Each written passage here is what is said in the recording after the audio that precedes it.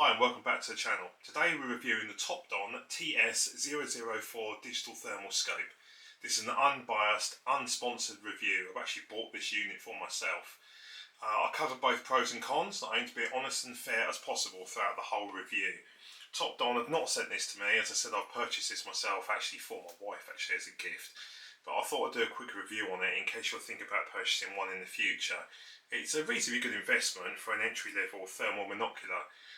There is a few negatives and there's quite a few positives. I was actually quite impressed with it given the price. And I'll leave a link down in the description of where I bought it from as well, and any other links I'll talk about will be in the description down below as well. So that said, let's get on with the review. So comes in, obviously in the box, that comes off. So inside the box, and just to be honest, this was ripped by me, not sent out from Topdon towards me like that. So you take this top off. Inside here is a plastic kind of almost football boots kind of material bag, like a very soft kind of waterproof coat. Whether it's waterproof or not, I have no idea. I imagine it's probably splash proof. It does feel that way. But yeah, it's a normal drawstring bag and put it into. I've never used it, I just pulled it out of the box to show you guys now. So also in the box you get an instruction book. I'll touch on the instruction book later on in this review. It's a couple of negatives, a couple of positives, but yeah, we'll come back to that, so hold that to one side. So this is the unit itself. Comes in a well engineered box as well, so I'm quite happy with that. I expect it to be slapping around in the box, and it's all been cut out of pre-made foam, which is actually quite a nice thing. And yeah, it's good strong box. So you know, you can be happy that when you do get this delivered by anybody, if it does get thrown, at least it's reasonably good. And this is the device itself. Straight out of the box, you come with a hand tag, a wrist tag, so to keep it safe. Yeah, right out of the box, I wasn't happy. Say for why. Lens cap. This piece here, I don't know if you can see, I haven't set this up. This is literally how every time I pick it up, it's like this all the time. But this piece here, if you pull it, I'm literally using two fingers, it comes straight off. Why does that come off so easily? I've seen a couple of forum posts as well. A lot of people complain about this part and they actually lose this part as well. I don't understand why it hasn't got a cutout on the bottom that goes through and up through here. So at least if it falls off, it's only going to go to there. It's not going to fall off, and you know, you come back after, say, a night mission of doing whatever you're doing, and it's missing. I don't understand that. I think that's I don't like that idea. I like the idea of it fitting well, and I thought that was hard plastic, like on the side here, but it's not. It's just like really soft rubber. The lens cap's hard plastic. I'm quite happy with that. No lens cap for the eye end, which is really weird. It would be so simple just to put a piece of plastic inside here that you basically flip down or flip across and it covers the eyepiece over, or even be able to twist the eyepiece. But yeah, that's open to the elements and it's already got fingerprints and bits and pieces in it. No matter how much I clean it, it's really hard to keep clean. The unit is being advertised as an IP67 water resistant. However, the manual suggests keeping it away from water, which is a bit odd, a bit confusing. I did a little bit of Googling. The IP67 is actually waterproof up to 1 metre deep. So they probably mean warning against deeper submersion of water, but obviously if you've got the hand strap on and you're not being silly with it, I think you're very unlikely to be able to be dipping it in water. To be honest, using it near water is completely pointless because you point to the water, you can't see anything in the water. So if you think about buying one of these when you go fishing and be able to cheat the system and see where the fish are, it doesn't work like that. You point it into water, it just comes up as a black void. You can't see anything in or on water. On water, sorry, not in water. So yeah, don't. If you're buying it for that reason, yeah, don't. It just won't work it doesn't work like that. So, manual. I touched on that earlier on. The manual's pretty helpful. Print is very small. What I have done is I've added a PDF link underneath down in the description that actually of this book. So if you want to be able to read it in your own time and the print that you find familiar and to the right size that you're going to find it's easy to read, yeah, the link's in the description down below. I just thought the book was a bit useless, to be honest. So back to the unit. This piece here is called a Doppler. This is elimination really for you having to wear glasses where you're using the unit. If you've got rain, wind, dirt and everything all being blown about, you obviously have to keep your glasses clean to be able to get clear vision through it and be able to use the device correctly. So not having glasses on while you're using this is an added bonus. It's got a nice soft rubberized eyepiece as well, it's nice and soft.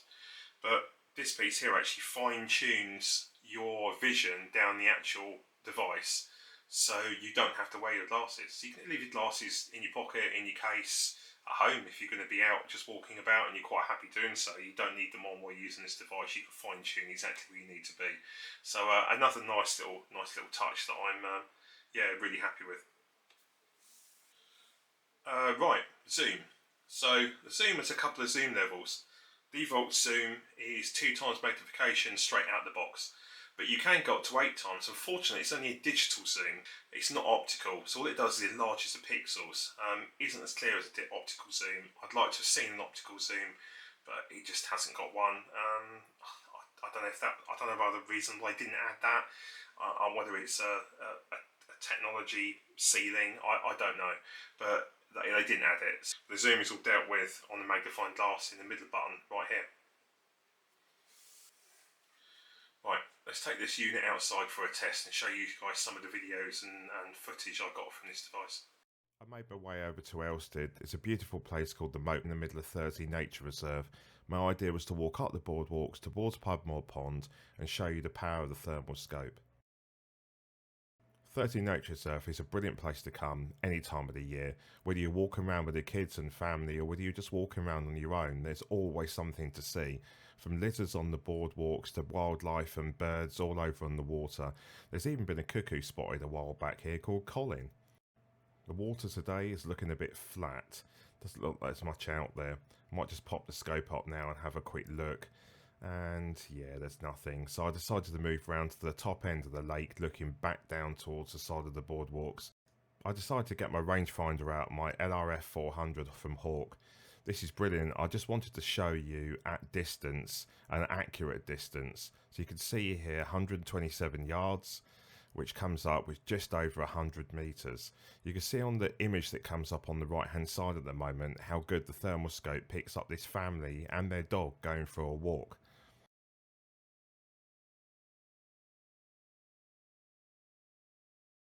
Also, I was out and about, I spotted this couple over in the distance, took the photo. It's only when I got back home that the thermal scope had picked up the dog actually just out in front. Shows the true power of it even at this distance.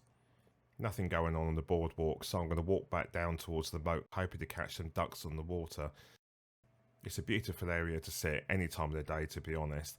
Any ducks on the water instantly think you have food, so they will always come back to shore. You can see in the top right corner here my thermal camera going through its different palettes, so you can see the ducks on the water. It gives you some idea of what you can and can't see.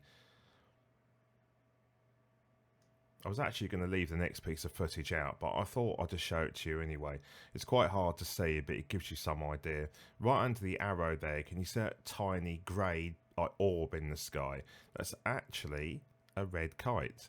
It's just above the cloud line, so with the naked eye it's almost impossible to see, but in pretty much every single palette going through, the thermal scope picked it up with ease. It's only because I heard it call above my head I actually looked up in the first place. Right, I'm going to head back to my office. I'm going to give you a breakdown of what each one of the thermal palettes do and the best times of day or night to be able to use them and pretty much what they're for. Bird mode is basically to spot birds, obvious. White hot mode is for basically for daytime use.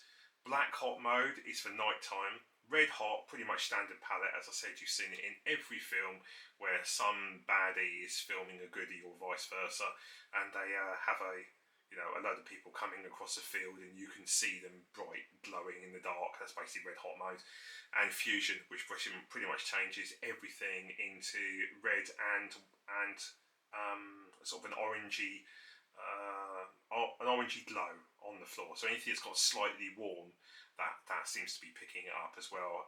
Even managed, as you can see here, picked up my French Bulldog's feet on the floor as he's walking through. Right, photos and video. One thing I don't like is the start time for recording on this device. So you just hold down the camera button for about 5 seconds, which feels like forever when your perfect shot is walking or flying away.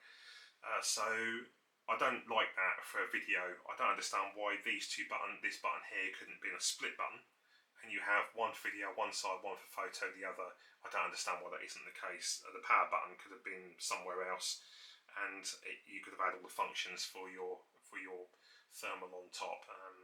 I don't understand why that was set out that way, to be honest. It's very odd. To be honest, the charging port could have been somewhere on the bottom out of the way, so at least if it's on the tripod, you can put a cable to it and hot run and charge it as you go.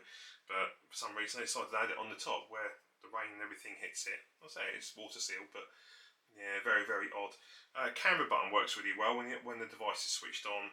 Just press the button once and press it again. It takes a photo, and it takes it also with a countdown. So if you press a button once, it will count down. I think that's where you can stabilise yourself to make sure the shot is clear and you're not moving. But if you cancel that and you just press the button again, it takes the active shot from where you are right now. So that's very good. But the video taking 5 seconds to basically load the video before it starts recording, I could see a lot of people missing, including myself, missed quite a few shots when I went to local common with this to record some bits. I wasn't happy with having to wait that long. But in the plus side, if you leave it on standby, when you come back to it, you can jump straight onto this. You don't have to wait for the device to boot either, which is not so bad. That sort of one cancels out the other.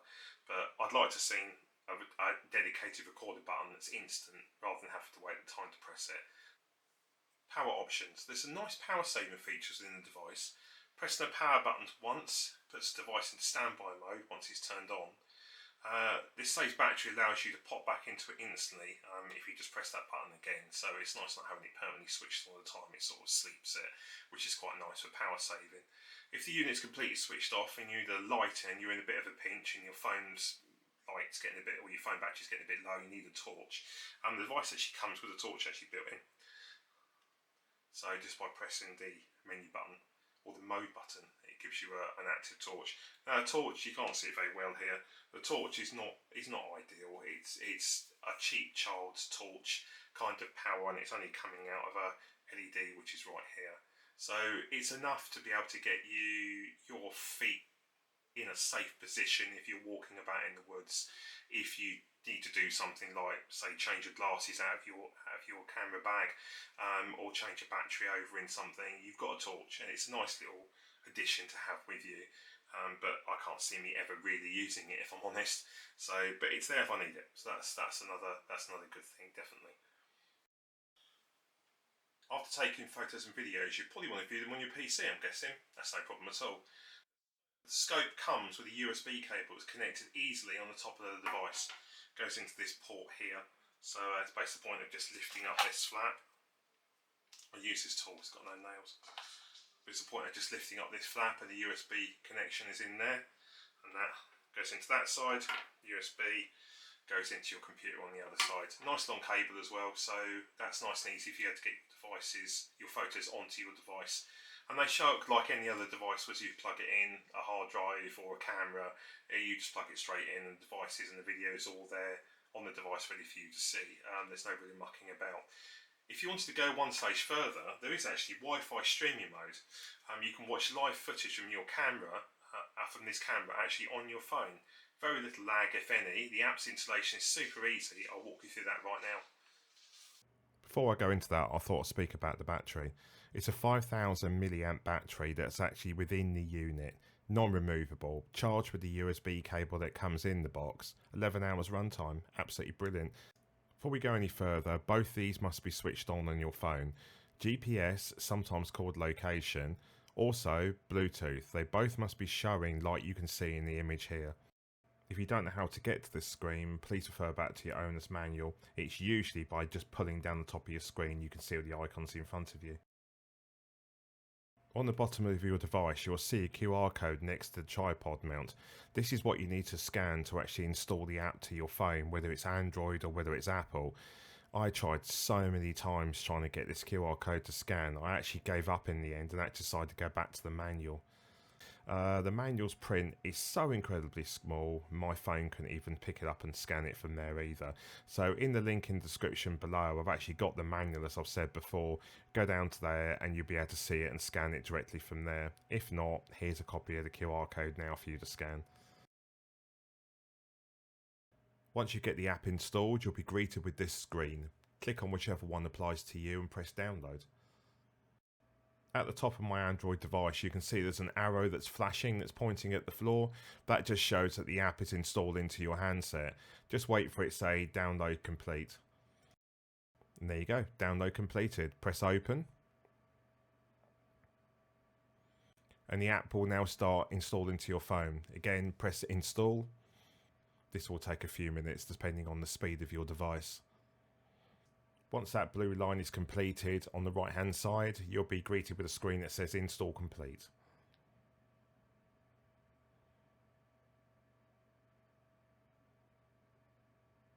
There you go, app installed. Press open. And this is now the app. Tick agree. After you've clicked agree, there'll be two screens that pops up. First one that says it's okay for the device to take pictures and record video. The second one is accessing photos and media on your device. Just click allow on both. Now click connect device. The device I'm using is a TS004, which is a wireless connection, which is one at the bottom. Again, this is our location while using the app, and you'll see it says my device there. Just press connect. And press connect again. This normally takes a few seconds. And connection successful. You are now seeing a live view of whatever your scope is seeing. The possibilities for this are absolutely endless. This is actually my wife sitting on the sofa with her French Bulldog. But the possibilities where you can be out in the open field and you don't want to scare away whatever you're looking at with a human shaped object, you can set this up on a tripod and control it directly from your phone. It's absolutely brilliant. Right, and that comes to the end of my review. Was the device what you thought it was going to be? Was it worse? Was it better? Would you consider purchasing one? In the meantime, thank you very much for watching the video, and please consider a subscription to us. Also, these two videos are quite cool, definitely worth a view.